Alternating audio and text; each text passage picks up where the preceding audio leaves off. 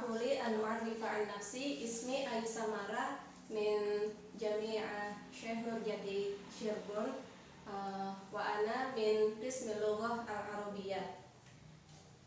Ahlan wa sahlan fi dars hadzal yaum. Kaifa halukum? Arju minkum bi khairin wa sihah wa afiyah. Qabla an nabda liqa'ana al-yawm, hayya bina nakhtatim bi qira'atil basmalah. Bismillahirrahmanirrahim. Alhamdulillahirabbil alamin. Pada pertemuan kali ini saya akan sedikit membahas tentang pengembangan indikator pencapaian kompetensi. Indikator merupakan bentuk pengembangan atau sebagai acuan dalam setelah kita melakukan penilaian pada peserta didik.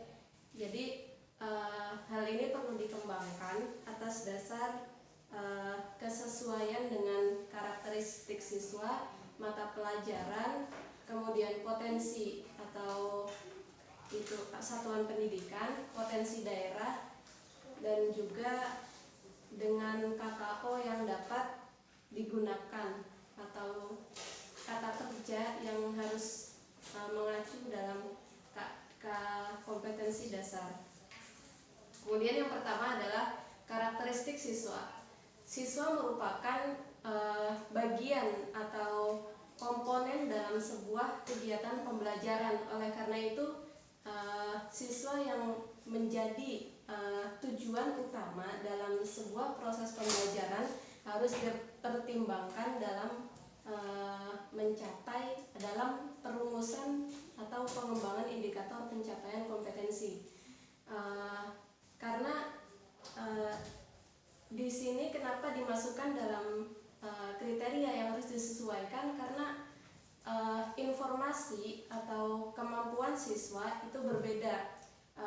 Maka dari itu kita harus mengetahui bagaimana karakteristik siswa tersebut. Apakah siswa ini tergolong dalam yang mampu belajar dengan cepat atau harus didampingi dengan guru pendamping. Yang kedua adalah mata pelajaran.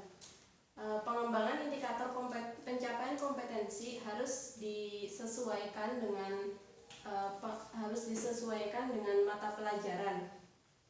Nah, sesuai dengan peraturan pemerintah nomor 19 tahun 2005, yaitu ada kelompok mata pelajaran, kemudian mata pelajaran juga indikator yang dirumuskannya, aspeknya. Yang pertama adalah agama. Kriteria mata pelajaran pertama adalah agama dan akhlak mulia. Di sini yaitu pendidikan agama. Aspeknya itu aspek kognitif dan afektif. Kemudian yang kedua kewarganegaraan dan kepribadian. Di sini mata pelajarannya itu pendidikan kewarganegaraan, yaitu yang aspek yang harus dinilai itu afektif dan kognitif. Kemudian jasmani, olahraga dan kesehatan, yaitu penjaskes. Di sini ada psikomotorik, afektif dan kognitif. Yang keempat estetika atau mata pelajaran seni budaya, yaitu afektif, kognitif dan psikomotorik. Dan yang terakhir adalah ilmu pengetahuan dan teknologi.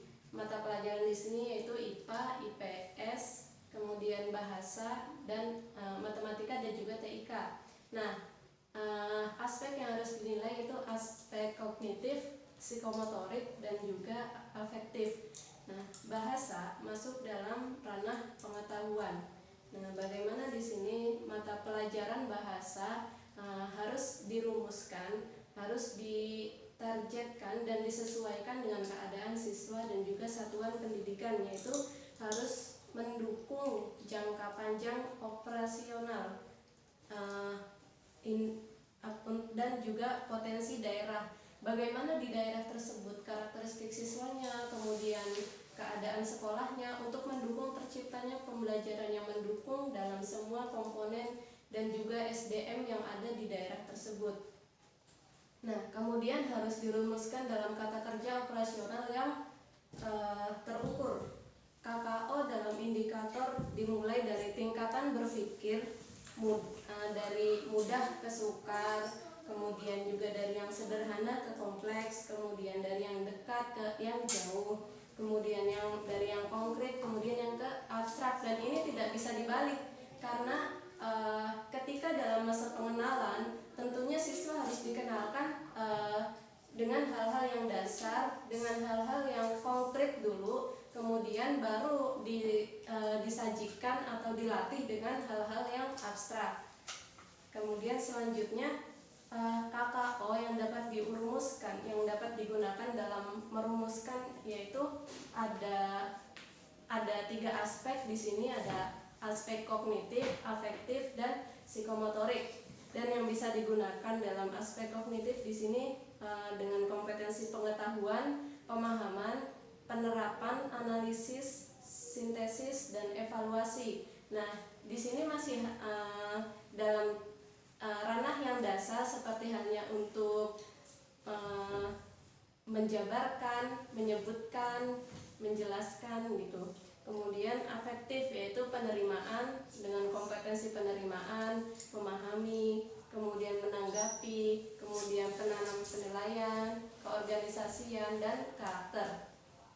Nah, kemudian yang nomor 3 yaitu psikomotorik, yaitu pengamatan, penelitian, pembiasaan, dan penyesuaian. Biasanya yang terkait dengan hal-hal yang praktek ataupun yang bersifat lapangan, di sini aspek psikomotorik harus dikaitkan begitu. Nah, kemudian yang selanjutnya adalah indikator pencapaian kompetensi rincian dalam KD 3 pelajaran bahasa Arab Madrasah Aliyah, yaitu yang pertama itu menjelaskan, ini harus disesuaikan dengan babnya. Kemudian ada indikator yang ditentukan oleh guru itu dengan berlandaskan hasil belajar siswa tersebut.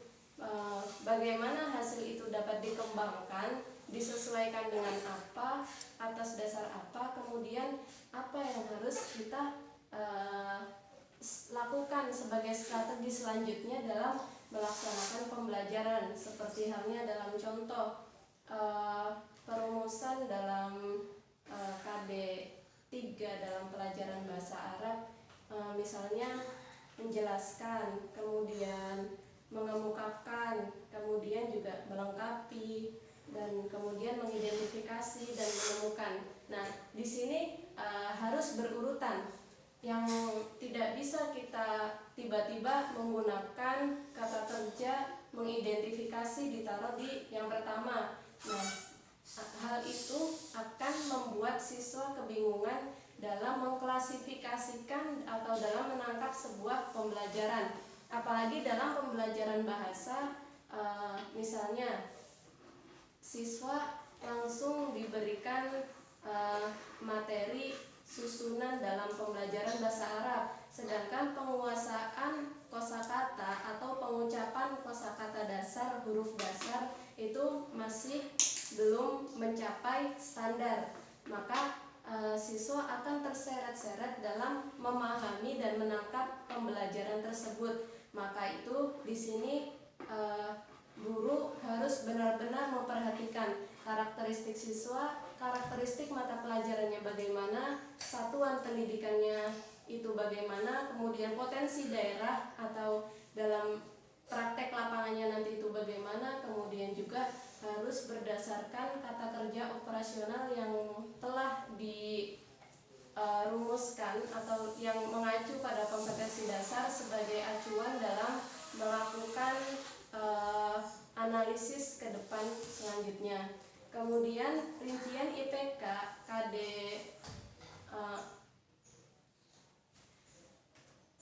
KD 4 dalam bahasa Arab, yaitu mampu misalnya mengulangi kosakata yang diberikan oleh gurunya, kemudian melafalkan, kemudian juga mempraktekkan. Artinya dalam KD 4 di sini siswa sudah menguasai tentang dasar-dasar pengucapan, kemudian juga mampu menghafal. Artinya di sini siswa sudah mampu menyusun, sudah paham tentang penguasaan arti kosakata dari bahasa Arab ke bahasa Indonesia atau bahasa ibu yang digunakan di sini. Sekian terkait pengembangan indikator pencapaian kompetensi. Jadi bagaimana pengembangan indikator pencapaian kompetensi ini harus dilakukan, yaitu yang pertama, indikator itu merupakan sebagai tindak lanjut dari penilaian yang telah dilakukan berdasarkan dari pengembangan kompetensi berdasarkan dari kompetensi dasar, kompetensi inti, yang kemudian setelah dilakukan penilaian kita melakukan indikator selanjutnya sebagai acuan untuk perkembangan analisis jarak atau jangka panjang. Dan ini harus dipertimbangkan melalui karakteristik siswanya, mata pelajarannya, kemudian satuan pendidikan atau sekolah tersebut, kemudian ada potensi daerah, dan juga harus berdasarkan kata kerja operasional dalam kompetensi dasar yang terukur sebagaimana disebutkan tadi. Terima kasih atas perhatiannya. Syukran alaikum.